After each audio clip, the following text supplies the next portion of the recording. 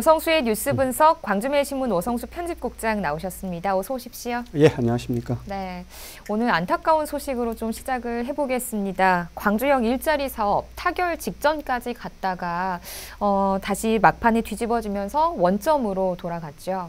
예, 맞습니다. 사실 광주의 최대의 현안 중 하나였잖아요. 네. 이 광주형 일자리가 거의 6개월간의 협상 끝에 지난 5일까지만 해도 이제 노동계와 광주시가 이제 합의안을 도출을 하면서 사실상 타결될 것으로 이렇게 봤었는데 6일이었죠. 6일 현대차와 투자협약 조인식을 가질 예정이었는데 바로 직전에 네. 이 현대차가 이 안에 대해서 받아들일 수 없다. 이렇게 함으로 해서 광주형 일자리하고 관련된 현대차 투자 협상이 사실상 원점으로 돌아가게 됐습니다. 네, 한때 노동계도 찬성을 했고요. 또 투자협약 조인식까지 준비된 상황에서 이 현대차의 반대로 무산된 셈인데 어떤 내용들이 좀 이번 협상에 있어서 결림돌이 됐나요? 사실 6개월간의 협상 과정에서는 여러 협상안들이 있을 것 아닙니까? 네. 많이 있었었는데 그중에 핵심이 이제 단체 협상입니다. 이제 단체 협상인데요. 이 단체 협상이라는 것은 이제 신설 법인은 사실 빅그린 산단에 들어설 예정이었는데 노조가 당장 없지 않습니까? 없는 네. 상태에서 그래서 이제 단체 협상은 같이 이제 노사 상생 협의회에서 하게 될 예정이었는데요. 광주시는 당초 누적 35만 대 생산할 때까지 이 단체 협상을 유예한다 이런 안을 가지고 현대차에 제시를 했고 네. 현대차는 이것을 받았습니다. 네. 그래서 현대차에서는 상당히 이제 순항을 했었죠. 그런데 이 노동계가 이 안에 대해서 문제가 많다, 법적으로도 문제가 많다 해서 광주시하고 노동계가 이 안을 즉 유예 기간을 빼기로 수정 제시안을 제시를 하자. 네. 이 뭐 현대차가 그 안은 받아들일 수가 없다 이렇게 해서 이제 무산되게 된 셈입니다. 네. 근데 이제 이번에 1년 과정을 보면 광주시의 협상력에도 좀 문제가 있던 게 아니냐라는 이런 지적도 있던데요. 어떻습니까? 네, 맞습니다. 사실 이 협상 자체가 굉장히 어려운 사안임에는 분명합니다. 네네. 양자 간의 협상이 아니고 광주시 입장에서는 현대차와도 협상을 해야 되고 그렇죠. 노동계와도 협상을 해야 되고 이렇게 하기 때문에 좀 어려운 것은 분명한데 네. 분명한 것은 노동계로부터 전권을 이의받은 상태에서 현대차와 협상에서 나름대로 절충점을 좀 찾았거든요. 네. 그래서 이제 했었었는데 이 안에 또 노동계가 반대하자 또 수정안을 낸 상태가 이제 반복이 되면서 결국은 네. 이제 현대차도 반대를 해서 이제 원점으로 돌아가게 된 상황이지 않습니까? 네. 이렇게 광주시가 현대차면 현대차, 노동계면 노동계 이렇게 협상 대상에 따라서 입장을 달리하면서 좀 신뢰를 좀 잃었었고요. 네. 또 사실 이제 초창기입니다만 노동이사제라고 있는데요. 네. 노동계의 일부 요구안입니다. 이런 것들이 애초부터 사실 이런 안들은 현대차 입장에서는 받아들이기 어려운 안으로 이렇게 알려져 있거든요.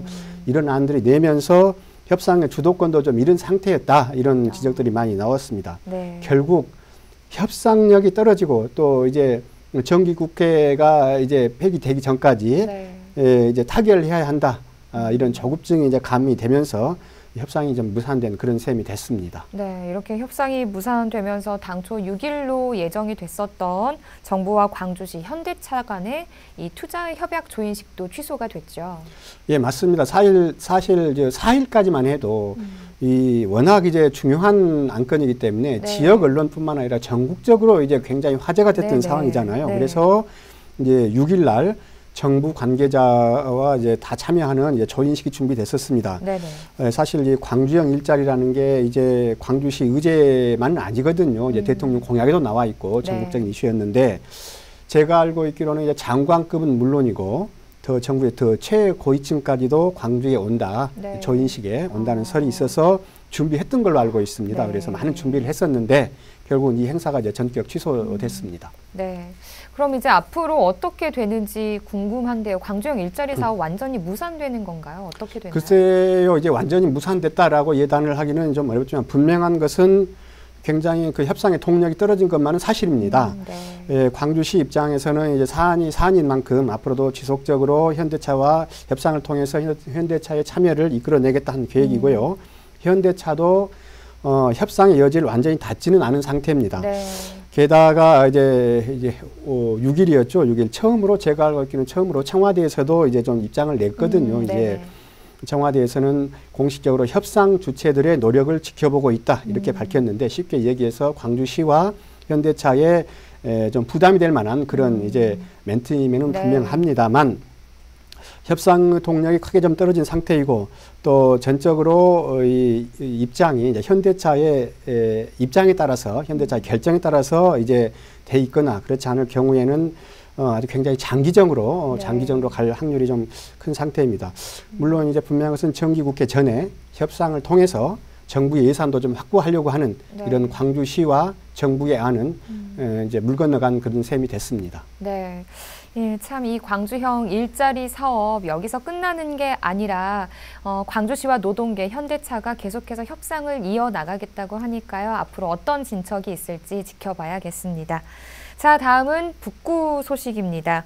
주민들이 직접 참여하는 지역사회 복지를 위해서 동단위 지역사회 보장계획 선포식을 가졌는데요. 이 내용 참 신선합니다. 어떤 내용인가요? 사실 사회복지 정책이 또 시행이 점점 확대되고 있잖아요. 네. 그래서 이제 사회가 다양화되면서 이제 더 정밀하고 더 효율적인 복지가 이제 필요하다는 지적도 동시에 나오고 있는 상황입니다. 네. 이런 요구들 기존의 지역사회 복지 체계에 이제 적응하겠다라는 것인데요. 쉽게 얘기해서 동 단위로 또 주민들이 직접 참여해서 시행하겠다 이런 의미로 보면 될 것 같습니다. 네, 그러니까 이제 동 단위 실정에 맞는 복지 정책을 수립하겠다 이런 의미죠. 예, 복지 정책은 일단 큰 틀에서 뭐 주거복지면 주거복지, 뭐 노인복지면 노인복지를 큰 틀에서 이제 원칙적으로 하고 있고 예외가 있는 경우만 이제 적용을 두고 이제 별도 해석에 따라서 이제 적용하고 있는데요. 네. 그러다 보니까 이제 복지 혜택에서 제외되는 소위 이제 복지 사각지대가 놓이고 있는 그런 현상들이 많습니다. 네. 그래서 이를 최소화하기 위해서 주민들이 참여해서 찾아내겠다 하는 것인데요. 북구는 이번에 그 동단위 지역사회 보장 계획의 선포식을 치렀는데 바로 이런 취지에서 선포식을 했습니다. 네, 우선은 오치 일동에서 내년부터 시행이 된다고 하더라고요. 그동안 어떤 준비 과정들이 있었나요? 사실 이제 오치 일동 같은 경우만 하더라도 과거에 이제 주민자치가 굉장히 좀 활발을 했었거든요. 활발했었는데 네. 2000년 이후 후반부터 다소 이제 침체되다가 이제 좀 소극적인 동네로 이제 그렇게 자리매김한 상황이었습니다. 네. 그런데 이제 올해 초부터 이제 주민 역량 강화 프로그램이 이제 시행이 됐어요. 그렇게 네. 하면서 주민들의 이제 자치 참여가 이제 활발해지면서 주목을 받기 시작을 했습니다. 그래서 이제 복지에 대한 주민들의 직접 참여가 좀 활발해지고 주민 참여가 이제 주민센터가 이제 독립하면서 이 같은 사업을 시작하게 됐는데 네. 지난 7월이었던 걸로 알고 있습니다. 이제 주민위원회를 이제 공모를 했었고요. 여기에 이제 청소년 8명을 포함을 해서 약 29명, 30명 정도가 주민위원을 이제 선출을 하게 됐습니다. 그래서 네네. 이분들이 이제 한 7, 8차례 회의를 통해서 이제 관련된 제안을 이제 도출한 그런 상태였는데 이 제안을 두고 회의를 거쳐서 우선 순위를 이제 결정을 해 내년부터 2019년부터 이제 적용을 할 계획입니다. 네.